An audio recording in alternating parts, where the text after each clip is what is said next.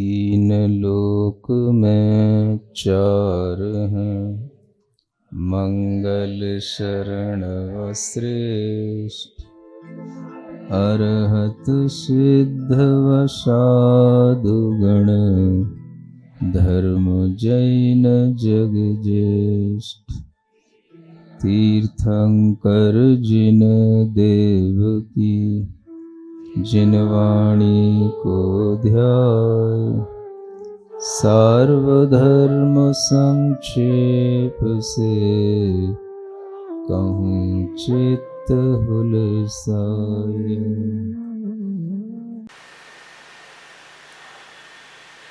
अमूढ़ दृष्टि अंग भी सम्यक दृष्टि जीव का एक अंग होता है और यह अंग उसके सम्यक दर्शन को बनाए रखने में बहुत महत्वपूर्ण भूमिका रखता है। हम अपने अंदर सम्यक दर्शन के इन 8 अंगों को निरंतर भाएं, इनके बारे में विचार करें और स्वयं में ये भाव रखें कि हमारे अंदर का सम्यक दर्शन इन्हीं 8 अंगों के साथ चले। जो भी हमारे अंदर धर्म का भाव आएगा, वह धर्म का भाव इन 8 प्रकार के गुणों के माध्यम से हमारे अंदर प्रकट होगा। तो आचार्य कहते हैं कि सम्यक दृष्टि जीव को निर्मूढ़ होना चाहिए, मूढ़ता से रहित होना चाहिए। मूढ़ता वहाँ नहीं होना चाहिए जहाँ पर किसी भी तरह का धर्म भाव आपको अनेक तरहों के चमत्कारों से और अनेक तरह की प्रक्रियाओं से दिखाया जा रहा हो। आपके अंदर धर्म का भाव शुद्ध होना चाहिए और वह शुद्ध भाव कैसा होता है, तो आचार्य कहते हैं शुद्ध आत्मा के प्रति ही आपका जब ध्येय के रूप में भाव होगा, शुद्ध आत्मा को ही आप परमात्मा के रूप में स्वीकार करेंगे, तभी आपके अंदर सम्यक दर्शन का भाव उत्पन्न होगा। और वह सम्यक दर्शन का भाव अगर निर्मूढ़ होगा, अमूढ़ होगा, तो आपको कभी भी अपने अंदर किसी भी तरह की मूढ़ता के लिए विचलित नहीं होना पड़ेगा। मूढ़ता क्या कहलाती है? जो देव नहीं है, भगवान नहीं है, उनमें भगवान की बुद्धि होना, ये मूढ़ता कहलाती है। जो गुरु का स्वरूप नहीं है, उसमें गुरु की कल्पना करना, ये मूढ़ता कहलाती है। जो शास्त्र का स्वरूप नहीं है, उसमें शास्त्र की कल्पना करना, ये मूढ़ता कहलाती है। जो तीर्थ का स्वरूप नहीं है, उसमें तीर्थ की कल्पना करना, यह भी मूढ़ता कहलाती है। जो पर्व का स्वरूप नहीं है, उसमें पर्व की कल्पना करना, यह भी मूढ़ता कहलाती है। सुन रहे हैं ना आप लोग? मूढ़ताएं कई प्रकार की हो सकती हैं और इन सब मूढ़ताओं में किसी के कहने से बह जाना, किसी भी भीड़ को देख करके बह जाना, इससे अपने आप को बचा करके सही मार्ग पर चलने के लिए अपने मन को लगाना, इसी का नाम निर्मूढ़ दृष्टि कहलाता है, अमूढ़ दृष्टि कहलाता है। तो आचार्य कहते हैं कि हमें तीर्थंकरों ने जो धर्म का स्वरूप बताया, उसको अपनी श्रद्धा में रखते हुए मूढ़ नहीं बनना, यही अमूढ़ दृष्टि अंग कहलाता है। और इस अमूढ़ दृष्टि अंग को समझने के लिए आचार्यों ने एक उदाहरण दिया रेवती रानी का। किसका? अमूढ़ दृष्टि अंग में प्रसिद्ध हुई है रेवती रानी। आचार्य शमंतभद्र महाराज ने इन उदाहरणों को सबसे पहले अपने श्रावकाचार में रखा और उसी से इन अंगों में प्रसिद्ध व्यक्तियों की प्रसिद्धि और अधिक हो गई। इसीलिए सबसे पहले जिस जीव को यह भाव उत्पन्न होता है कि मुझे सम्यक्त्व की प्राप्ति हो, वह इन 8 अंगों को समझे और इन 8 अंगों में प्रसिद्ध जो व्यक्ति हुए हैं उनको समझे, तो उसे सम्यक दर्शन की प्राप्ति होगी। उसे समझ में आएगा कि सम्यक दृष्टि जीव का भाव कैसा होता है। यह सम्यक दर्शन की अपने अंदर भावना करने के लिए इन चरित्रों को जानना जरूरी है जो यहाँ पर रखे गए हैं, यहाँ पर आपके सामने प्रस्तुत किए गए हैं।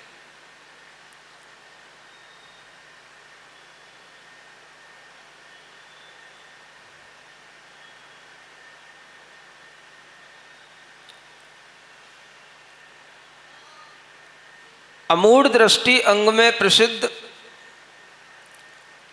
जो जीव हुए हैं उनकी विशेषता को सुनकर के हमारे अंदर भी एक निर्मूढ़ता का भाव उत्पन्न हो सकता है, और वह भाव तभी होता है जब हम उनके जीवन चरित्र से परिचित हों। जब अमूढ़ दृष्टि की बात कही जाती है तो आचार्य कहते हैं कि एक राजा था जो विजयार्थ पर्वत की श्रेणियों पर रहा करता था। उसका नाम चंद्रप्रभ था, क्योंकि धर्मात्मा जो राजा होते हैं, धर्म पुरुष होते हैं, धर्म के साथ जो चलने वाले होते हैं, वो हमेशा अपने नाम अच्छे रखते हैं, धर्म से संगत रखते हैं। वह चंद्रप्रभ राजा के लिए एक बार ये विचार आया कि मैं तीर्थ यात्रा करने चलूं, और वह गया। जाते हुए वह दक्षिण देश के एक मथुरा के रूप में प्रसिद्ध दक्षिण मथुरा में वह पहुंचा और वहां के जिनायतनों की उसने वंदना की, जिन बिंबों की वंदना की, और वह सब तीर्थ वंदना करने के बाद वहां पर उसे एक गुप्ताचार्य नाम के मुनि महाराज मिले। कौन मिले? उन मुनि महाराज के चरणों की भी वंदना की और उनसे धर्म का उपदेश सुना। उपदेश सुनकर के राजा का मन बड़ा प्रसन्न हुआ और राजा ने उस उपदेश को सुनकर के अपने जीवन में यह भाव किया कि मैं भी धर्म के साथ अब आगे का जीवन व्यतीत करूंगा। उसने अपनी शक्ति के अनुसार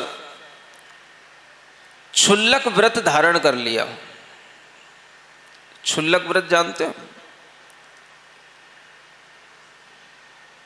यह एक ऐसा व्रत होता है जिसमें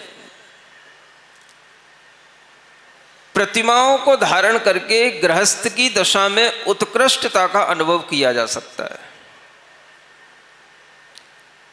11 प्रतिमाएं धर्म के स्वरूप में बताई गई और वह पूरा का पूरा श्रावक धर्म का स्वरूप अपने अंदर धारण करने का विचार उस राजा ने कर लिया। राजा ने यह भी पूछा कि मैं विद्याधर हूं, और विद्याधरों का काम बिना विद्या के बनता नहीं है महाराज, तो हमें कुछ विद्याएं तो अपने पास में धारण करनी पड़ेंगी, क्योंकि हम विमानों में उड़ते हैं और एक स्थान से दूसरे स्थान तक जाते हैं। तो उन आचार्य महाराज ने उनको छूट दे दी कि ठीक है, तुम्हारे लिए विमानों में उड़ने की भी छूट है। सुन रहे हो? मतलब क्षुल्लक अपनी विद्या का उपयोग कर सकते हैं।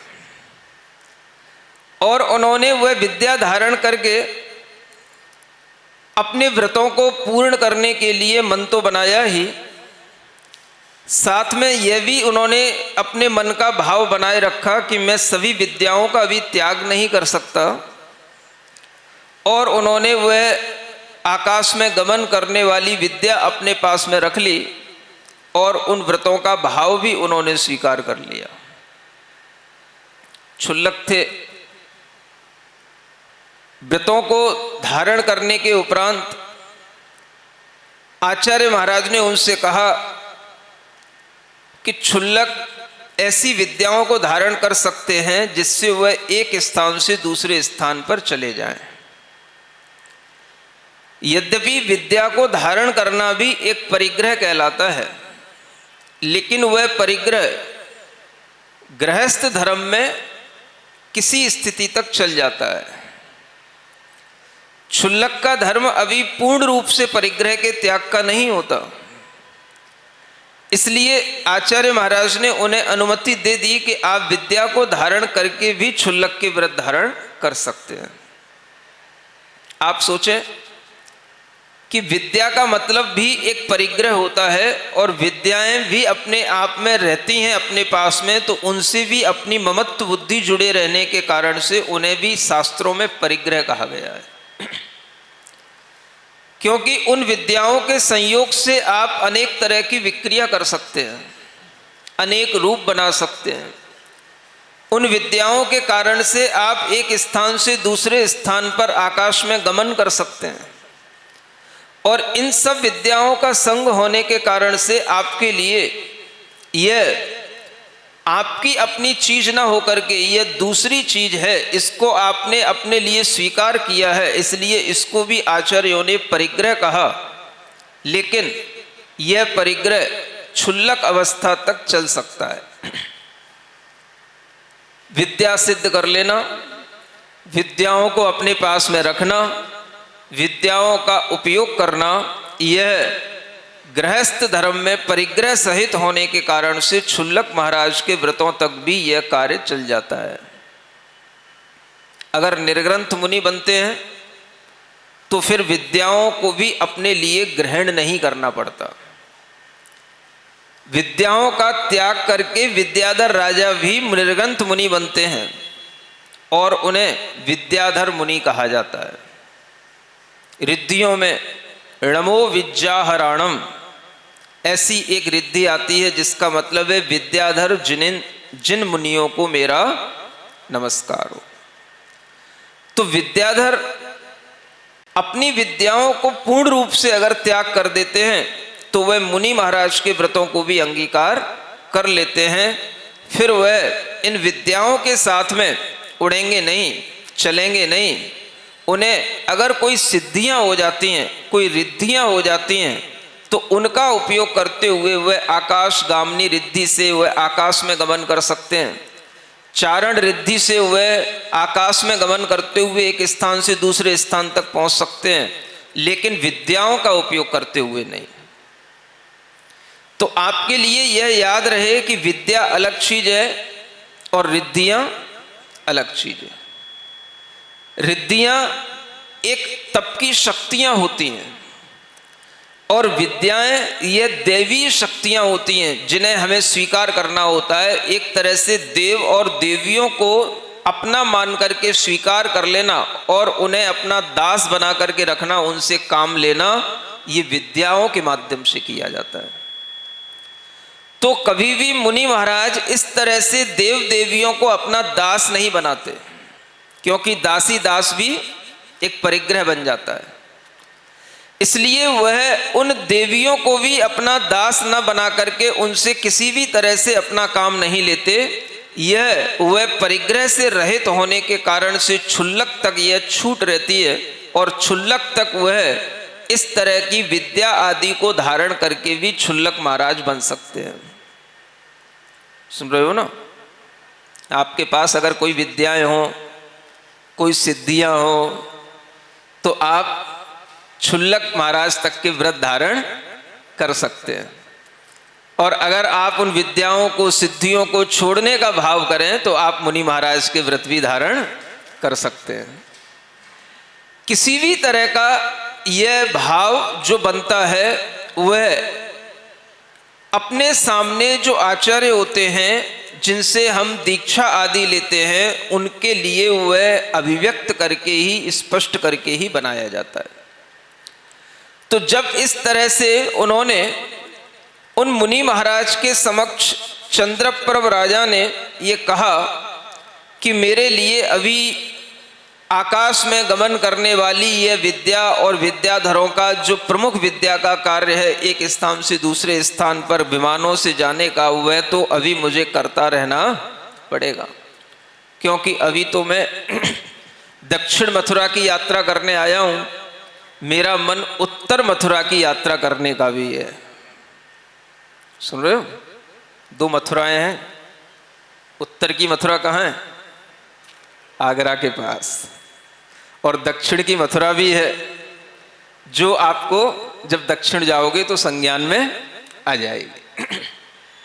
वह विचार बनाते हैं और उस समय पर उन मुनि महाराज के लिए निवेदन करते हैं कि मैं उस उत्तर मथुरा में जाना चाहता हूँ, आपके लिए अगर वहाँ पर रहने वाले किन्हीं भी मुनि महाराज को कोई संकेत देना हो, कोई निवेदन करना हो, या कोई अपना समाचार भेजना हो, तो आप हमें बता सकते हैं, क्योंकि मुझे उत्तर मथुरा में भी दर्शन करने के लिए जाना है, वहाँ के जिनालयों के भी दर्शन करने जाना है, और हमने सुना है वहाँ पर भी कोई संघ है, उनमें भी कोई मुनि महाराज हैं, उनके भी दर्शन करने जाना है। सुन रहे हो ना? इस तरह से निवेदन श्रावक लोग भी करते हैं। और जब उन्होंने, उन राजा ने, अब तो वो क्षुल्लक राजा हो गए, उनने जब उत्तर सुना तो उन गुप्ताचार्य नाम के मुनि महाराज ने कहा कि आप जहाँ जा रहे हो वहाँ पर एक सुरत नाम के मुनि महाराज हैं। कौन से? सूरत। सूरत जैसे आप बोलते हो ना, उसी में सुरत।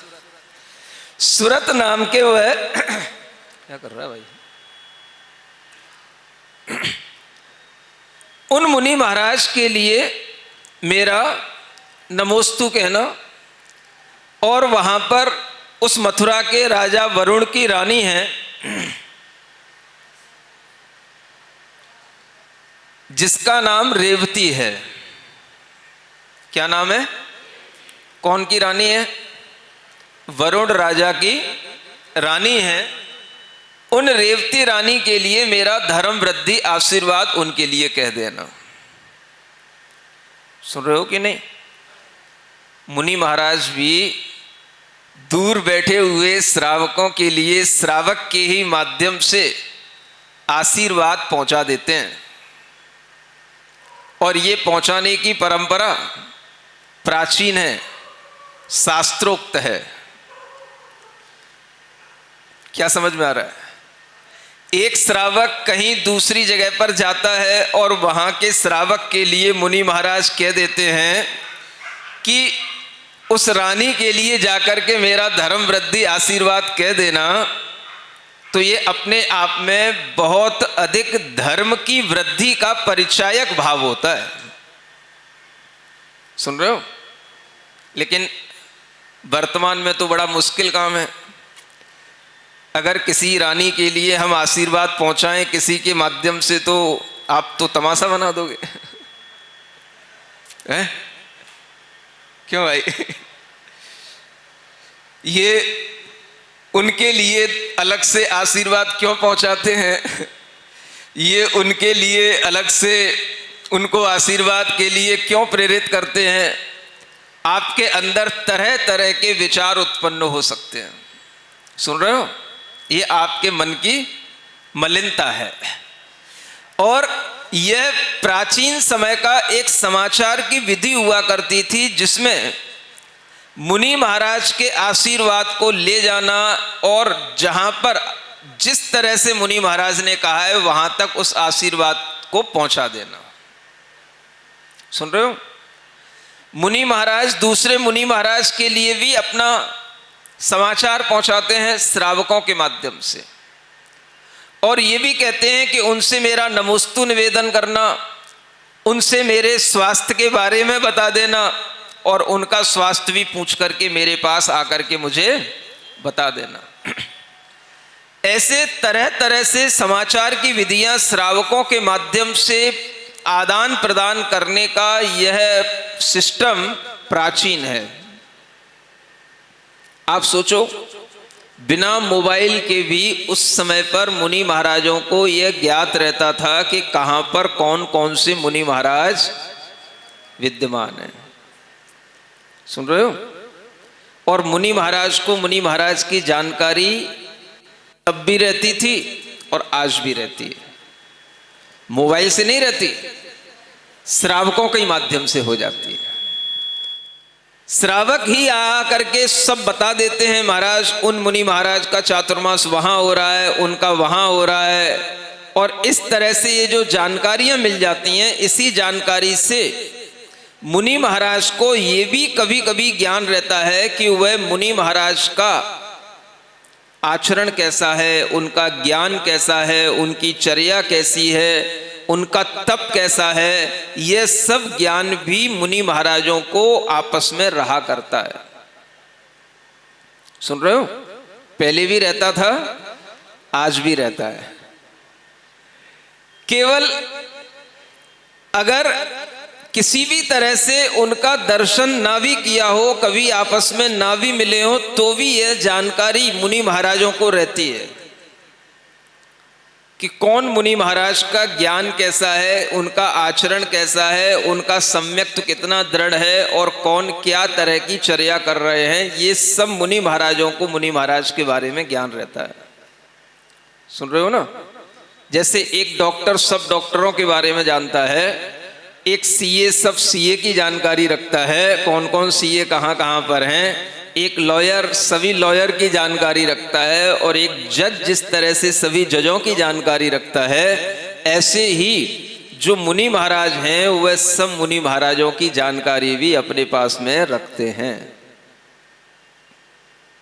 अब चंद्रप्रभ क्षुल्लक ने निवेदन किया, महाराज किसके लिए क्या कहना? तो उन महाराज ने कहा कि सुरत महाराज के लिए मेरा नमोस्तु कहना, और रेवती रानी के लिए धर्म वृद्धि का आशीर्वाद कहना। सबके लिए अभिवादन के अलग अलग नियम होते हैं। जो मुनि महाराज हैं आपस में बराबर के मुनि महाराज हैं तो वो नमोस्तु निवेदित करते हैं, और जो श्रावक हैं उनके लिए धर्म वृद्धि का आशीर्वाद दिया जाता है, और अगर कोई सल्लेखना आदि कर रहा हो तो उसे समाधि वृद्धि रस्तु का आशीर्वाद दिया जाता है। कोई व्रतों में आगे बढ़ रहा हो तो उसके लिए भी संयम वृद्धि का आशीर्वाद दिया जाता है। अलग अलग लोगों के लिए पात्रता के अनुसार अलग अलग तरह के आशीर्वाद समाचार के रूप में प्रेषित किए जाते हैं। ये परंपरा प्राचीन है। इसी से मुनियों का आपस में व्यवहार भी बना रहता है, और इस तरह से एक वात्सल्य भाव भी एक दूसरे के प्रति, अनुराग का भाव भी एक दूसरे के प्रति बना रहता है। सुन रहे हो? बोलो तो, समझ में आ रहा है? तो जैसे आप लोग आपस में कभी कभी समाचार पहुंचाते हैं, आपस में समाचार करते हैं, आपके समाचार तो कभी आपको किसी से काम पड़ेगा तभी होगा। भाई मेरे बेटे की शादी है, मेरी बेटी की शादी है, आपको आना है, तभी आप समाचार करोगे। लेकिन मुनि महाराज, जब कोई श्रावक इस तरह से मिल जाता है कि एक स्थान से दूसरे स्थान पर जाने वाला हो और वह मुनिराज से संपर्क में आ जाता है, तो उसके माध्यम से भी वह समाचार पहुंच जाते हैं। तो इस तरह की परंपरा अपने आप में एक अनुकरणीय परंपरा है, और यह मुनि महाराजों के अंदर अपने आपसी वात्सल्य का और अनुराग का भाव बनाए रखने की ये परंपरा है। और दक्षिण मथुरा से उत्तर मथुरा तक भी उन मुनि महाराजाओं का आपस में संबंध बना रहने के लिए इस तरह से आप समझ सकते हैं कि पहले श्रावक लोग ऐसे समाचार प्रेषण का कार्य किया करते थे। सुन रहे हो? आज का श्रावक तो वहीं पर मोबाइल बिठा चला करके और वहीं से जो है ना, वीडियो दिखा करके वो तो बात भी करा दे और दर्शन भी करा दे हैं। आज के विद्याधर तो पहले के भी विद्याधरों से ज्यादा एडवांस हो गए। ये मोबाइल भी विद्या का ही काम करता है? और इस तरह की चीजों से आप लोग आज भी कहीं ना कहीं इस तरह से समाचार आदि प्रेषित करने का कार्य करते रहते हैं। बहुत से लोग धर्मात्मा होते हैं, दूर दराज में रहते हैं, व्रतों को भी धारण कर लेते हैं, लेकिन कभी वह दर्शन किए होते हैं या नहीं किए होते हैं, ऐसे भी लोग रहते हैं। सुनते हो? कितने ही लोग दूर दूर तक रहने वाले लोग ऐसे मिलते हैं जिनके समाचार आते हैं कि उन्होंने कभी दर्शन नहीं किए, लेकिन वह महामह नंदीश्वर के व्रत कर रहे हैं, वह वर्धमान स्तोत्र के व्रत कर रहे हैं, और वह व्रत की पूर्णता हो जाए इसका आशीर्वाद, और वह व्रत प्रारंभ हो गए हैं इसका आशीर्वाद इस तरीके से मांगते हैं। तो मुझे देने में कभी कभी संकोच होता था कि भाई इतनी दूर से आशीर्वाद कैसे पहुंचेगा और कैसे मांगा जाता है। लेकिन अब मुझे लगता है कि इस तरह का आशीर्वाद हमें देना भी चाहिए और लोगों को मांगना भी चाहिए। नहीं समझ आया? क्या दिक्कत है भाई? सामने वाला यहां से रह करके, बॉम्बे में रह करके वह नंदीश्वर का व्रत कर रही है। एक महिला है ना, वीर श्री जिसका नाम है, और वह वहां पर स्वयं भी व्रत का पालन कर रही है। अनेक और महिलाएं उसके साथ में व्रत का पालन करने में उसकी सहयोगी बनी हुई हैं, और इस तरह से अष्टानिक पर्व मना रही हैं। और जब वह समाचार मेरे पास आया कि वह वहां पर रह करके यह रोजाना ये महामय नंदीश्वर व्रत की आराधना कर रही हैं, तो महाराज उनके लिए आशीर्वाद पहुंचा दो। तो हमने भी कहा हाँ आशीर्वाद है। अब आशीर्वाद कैसे पहुंचता है? तो आजकल तो मोबाइलों के माध्यम से, क्या आप तो कहीं ना कहीं मोबाइल देख ही रहे हैं, और हम जो बोल रहे हैं वो आपके वीडियो में पहुंच ही रहा है आपके मोबाइलों पर। तो उन्होंने नाम सुन लिया, हाँ महाराज ने मुझे नाम दे करके आशीर्वाद दिया है, तो प्रसन्नता का भाव अपने आप आ ही जाता है। अब इस तरह के भावों से भी दूर बैठ कर के भी आखिर श्रद्धा का भाव तो जुड़ा ही रहता है ना। इसको क्या कहा गया? श्रद्धा श्रद्धे संबंध, इसी को कहते हैं। क्या बोलते हैं? अगर किसी की श्रद्धा से श्रद्धे के प्रति उसका संबंध बना हुआ है, तो श्रद्धे को भी आशीर्वाद का इतना शब्द बोल करके उसके प्रति अपना एक अनुराग भाव रखना, इसको भी आचार्यों ने वात्सल्य धर्म कहा है, जो सभी सहधर्मियों के प्रति होना चाहिए। सुन रहे हो? इसलिए जो लोग भी दूर दूर तक बैठ करके, न केवल भारत में, भारत से बाहर भी, यूएस यूके में भी अनेक लोग अपने अपने तरीके से धर्म आराधना करते हैं, अनेक अनेक तरीके के व्रतों का पालन करते हैं, स्वाध्याय आदि करते हैं, और वह तरह तरह से कभी कभी आशीर्वाद मांगते हैं। तो उनके लिए भी वह आशीर्वाद दे देना संकोच का काम नहीं होना चाहिए, वह निसंकोच रूप से वह आशीर्वाद दिया जा सकता है। यह इन प्राचीन घटनाओं से अपने आप समझ में आता है। सुन रहे हो ना? इसलिए कहा गया है कथा साहित्य भी पढ़ना चाहिए।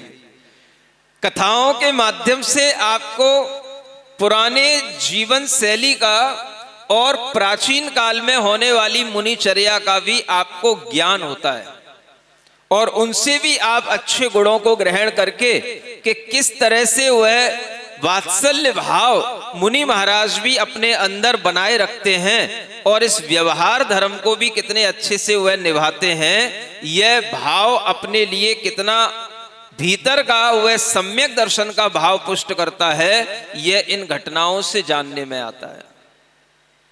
सुन रहे हो? लेकिन इसका मतलब ये नहीं समझना कि कोई भी कहीं पर भी खड़ा है और कहीं पर भी आप अपना मोबाइल लेकर के खड़े हो गए, महाराज वो नमोस्तु कर रहे हैं आशीर्वाद दे दो, वो नमोस्तु कर रहे हैं आशीर्वाद दे दो, वो हमारे ये हैं, वो हमारे वो हैं, वो वहां पर हैं, वो वहां पर हैं। व्यर्थ में ये सब कार्य करने से तो अनर्थ दंड होगा। लेकिन वास्तविकता में यदि कोई व्रत आदि ग्रहण करता है, अगर कोई किसी रूप में बीमार आदि है, कोई समाधि आदि लेना चाहता है, कहीं दूर दराज में रुग्ण है, अस्वस्थ है, उसके लिए कोई संबोधन आदि प्रदान करना है, तो उन कार्यों के लिए इस तरह के प्रक्रिया को अपना करके वहां तक उस व्यक्ति के परिणामों में एक शांति का भाव उत्पन्न करना, यह कोई दोष का कार्य नहीं है। यह भी मुनि महाराज के वात्सल्य धर्म में ही आएगा। समझ में आ रहा है? तो आप लोग प्रयोजनीय कार्य में ही इस तरह का भाव सामने लाएं, अप्रयोजनीय कार्यों में नहीं। अब जब वह क्षुल्लक महाराज ने कहा कि महाराज हम वहां जा रहे हैं, तो वहां और भी लोग होंगे, और भी कोई होंगे, आपको पता होगा, आपको और किसी से कुछ नहीं कहना क्या? तो महाराज मौन रह गए। अब जब क्षुल्लक जी उस दक्षिण मथुरा से उत्तर मथुरा में आए, तो यहां पर उन्हें वह सुरत मुनि महाराज मिले, उनके लिए उन्होंने नमोस्तु निवेदित कर दिया। रेवती रानी मिली, उसके लिए धर्म वृद्धि का आशीर्वाद कह दिया, वो भी प्रसन्न हो गई। इतनी दूर से दक्षिण भारत से महाराज ने मेरे लिए आशीर्वाद पहुंचाया। उसने भी वहीं पर जमीन पर ढोक लगा करके और हाथ जोड़ करके उन मुनि महाराज की वहीं से वंदना कर ली कि जिन मुनि महाराज ने हमारे लिए यह धर्म वृद्धि का आशीर्वाद पहुंचाया। अब वहां पर एक मुनि महाराज और थे, जिनका नाम था भव्यसेन। कौन थे? अब वह क्षुल्लक जी सोचते हैं कि उन महाराज ने इनके लिए कुछ क्यों नहीं कहा, जरूर कुछ ना कुछ बात तो है। और जब हमने इनका नाम लिया तो वो चुप रह गए, मौन रह गए, मानो कुछ जानते तो हैं लेकिन कुछ कहना नहीं चाहते। तो क्षुल्लक के मन में विचार आया। अब वो क्षुल्लक जी तरह तरह से विक्रिया आदि करना जानते, तो उन्होंने देखा कि देखते हैं इन मुनि महाराज का कैसा भाव है, इनकी क्या चर्या है।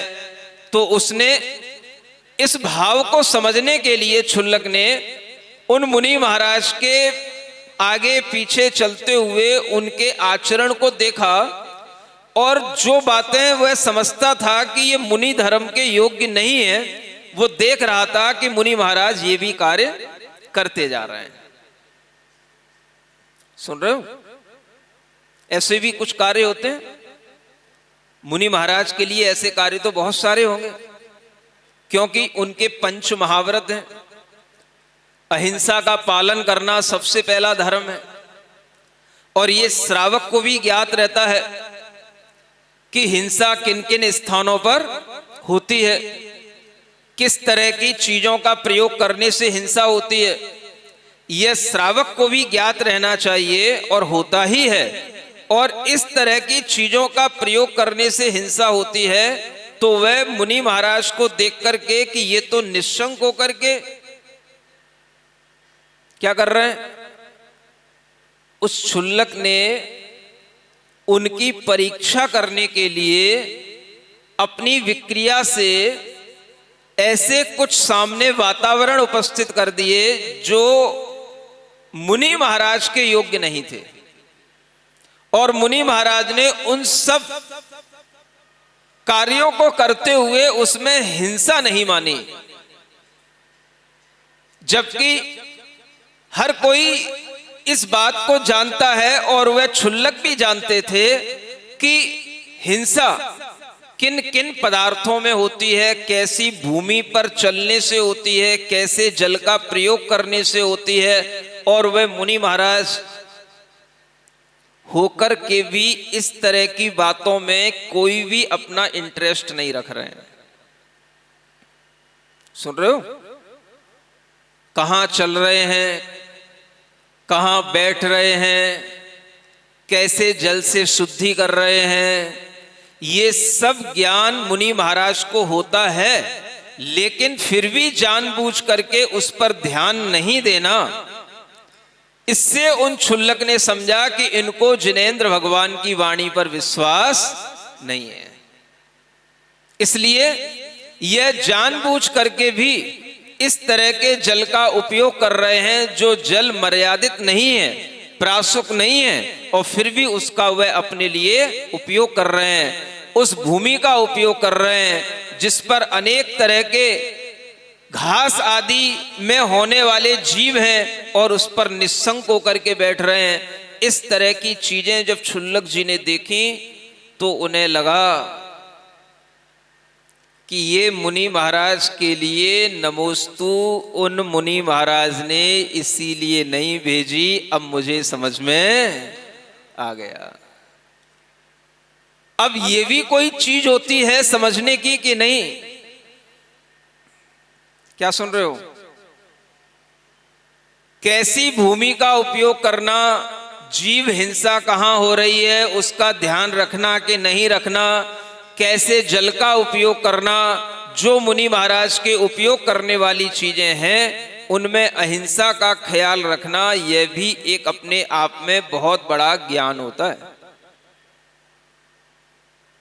और ये ज्ञान उन्होंने सुना तो सब होगा, क्योंकि ज्ञानी हर कोई होता है, पढ़ा लिखा हर कोई होता है, लेकिन उस पर उनका कोई ध्यान नहीं।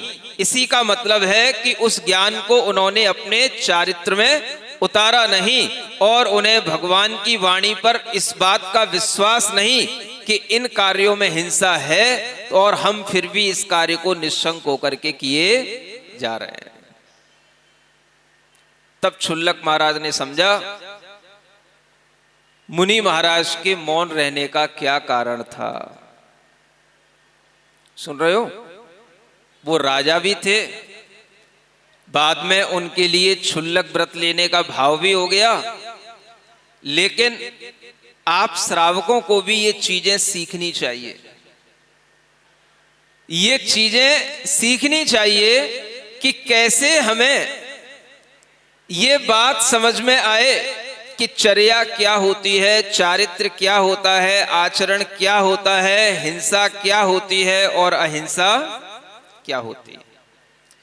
अगर आप लोग इस बात का ध्यान नहीं रखेंगे तो आपके अंदर भी वह अमूढ़ दृष्टि अंग नहीं आएगा। क्या हो जाएगा? वो मूढ़ता कहलाएगी। और इस मूढ़ता को क्या बोलेंगे? इसको आचार्य कहते हैं गुरु मूढ़ता। क्या बोलते हैं इसको? गुरु मूढ़ता।